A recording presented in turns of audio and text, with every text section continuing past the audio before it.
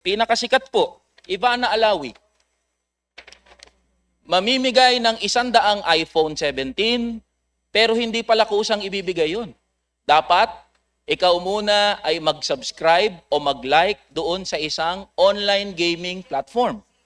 At wala po kahit saan dito yung pagsunod doon sa sinasabi po na pinag-uusapan natin kanina, Ad Standard Council, authority, merong approval po mula sa PAGCOR. Hindi rin po nakalagay. Halimbawa, ito pong isang sikat to, si Osas, dalawang Osas bata. Millions of followers po to. Wala po kahit saan dyan na nakasulat na gambling can be addictive. Know when to stop. My question po, Madam Chair, is paano po ini-implement o ini-exercise ng PAGCOR ang kanyang regulatory power over these content creators and influencers?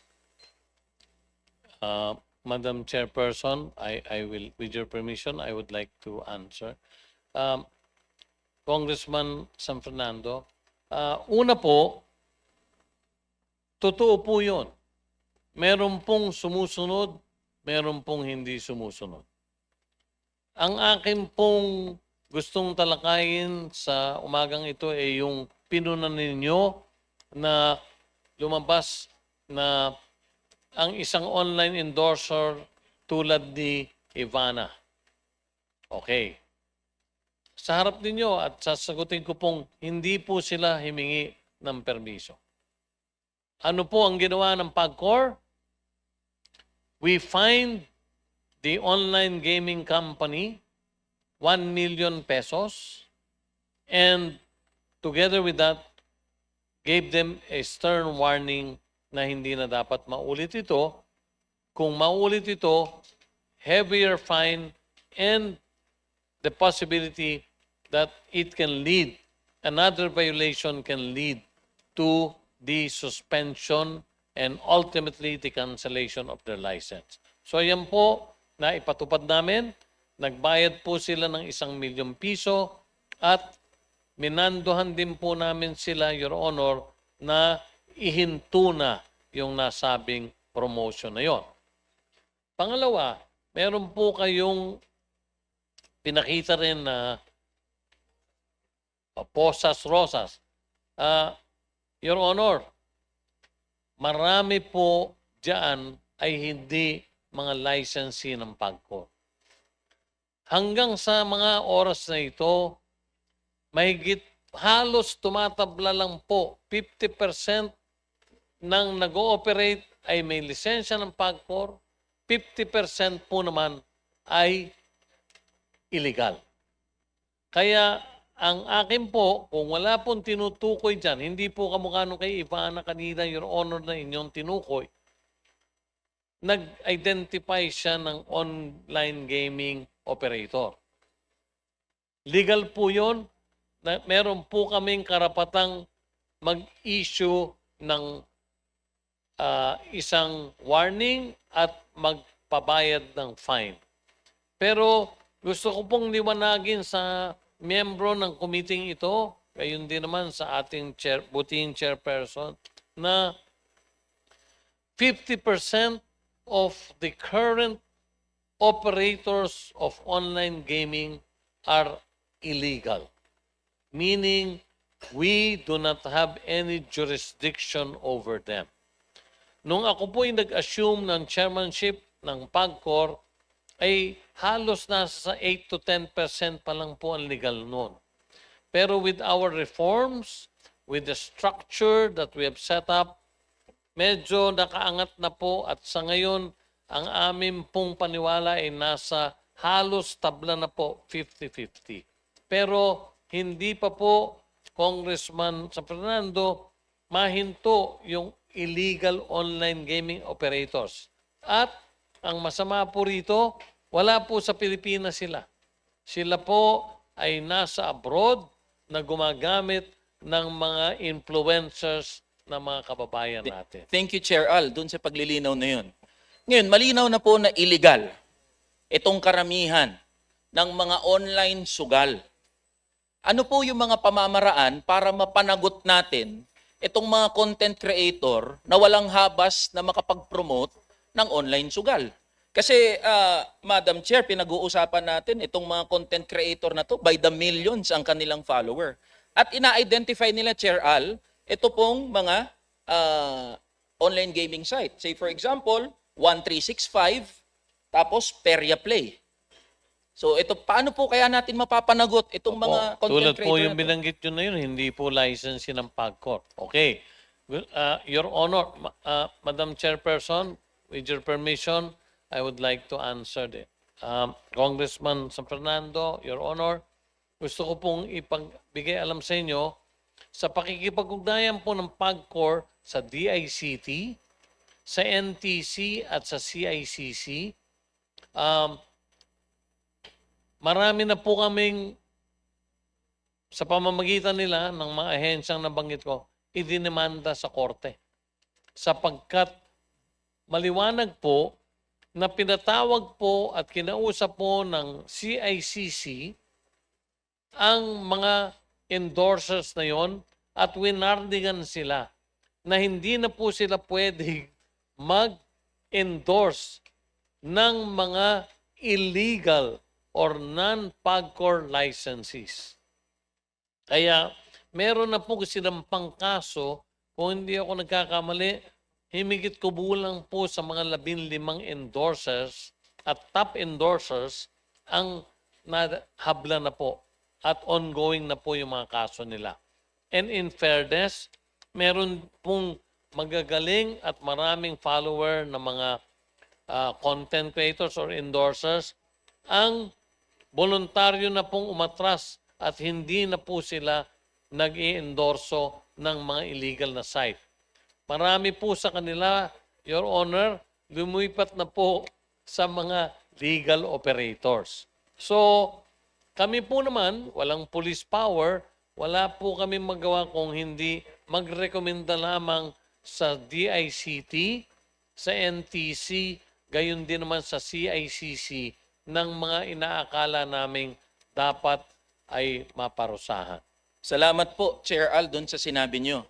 Kailangan po na mapanagot dahil equally liable itong mga content creator at influencer na to sa pagkalulong sa sugal ng mga manggagawa at ordinaryong Pilipino. Before I wind up, Madam Chair, gusto ko lang po maitanong, sa corporate operating budget nyo, ilang porsyento po dito ang nakalaan para sa doon sa mga social harm na tinatawag? Opo. Ngayon po, sa taong 2026, naging aktibo po ang PAGCOR dito sa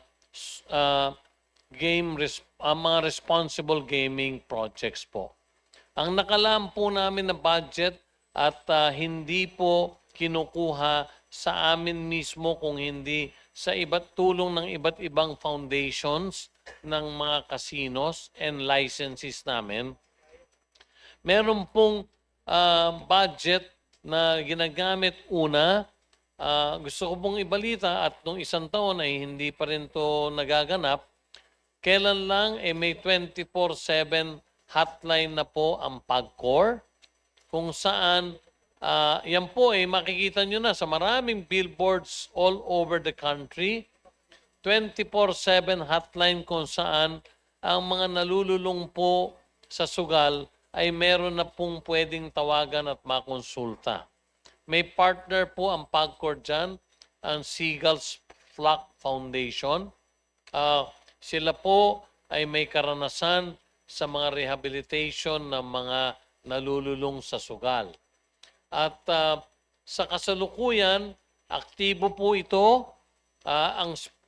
Meron pong 6 sa bawat 12-hour shift na mga customer agents na sumasagot dito sa hotline na to. At gusto ko pong ipagbigay alam sa inyo, nung umpisa po siguro nahihiya pa yung mga gamers, pero sa ngayon po, nagtala na kami nitong nakaraan 2 buwan ng himigit kumulang sa 100 katao ang amin nang natulungan sa pagbibigay ng advice.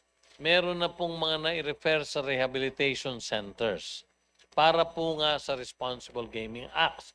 Doon po, Your Honor, sa mga billboard na nakikita natin, marami na po kayong makikita ngayon na nandyan na po yung hotline number. Bukod talagang full billboard, hiningan po natin ng tulong yung ating licensees para po ma-disseminate yung information sa ating mga kababayan. So, patuloy po ang mga programa namin, lalo't higit na, Your Honor, yung self-exclusion. Ngayon pa lang po, sa panahon ng PAGCOR, na aktibo ngayon, pwede nang ang isang nalululun sa sugal ay pwede nang sumulat sa amin kasama ang kanyang pamilya. Pwede na rin i-request na pagbawalan ang isang kapamilya nila or mismo yung tao na makapagsugal. At gusto ko pong ipagbigay alam sa lahat, 15,000 na po ang naaprubahan ng PAGCOR in the last year for self-exclusion. Ang ibig sabihin po nito, Your Honor, sila po, naka-alerto na po ang lahat ng land-based casinos natin at gayon din po naman yung ating online licensees nang sa ganon, hindi po pwede nang makapasok at makapagsugal yung inaprubahan po ng PAGCOR na nag-apply ng tinatawag na self or family exclusion. Yan po, Your Honor, ay parte ng aming mga programang ginagawa para nga po matulungan natin yung ating mga kababayan na lululun sa sugal. Thank you, Madam Chair. Ito pong mga tinanong ko dahil nabanggit niyo po kanina, ang market po kasi ay CDE.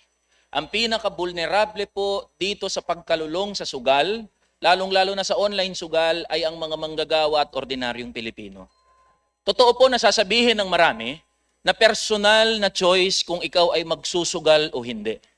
Pero para sa isang gipit na manggagawa, makikita niya halimbawa si Ivana Alawi, si Vice Ganda, si Vic Soto, na magpo-promote ng sugal, aakalain nila na po pwede naman pala kaming magsugal para lang makatawid dito sa aming pangangailangan sa aming bahay.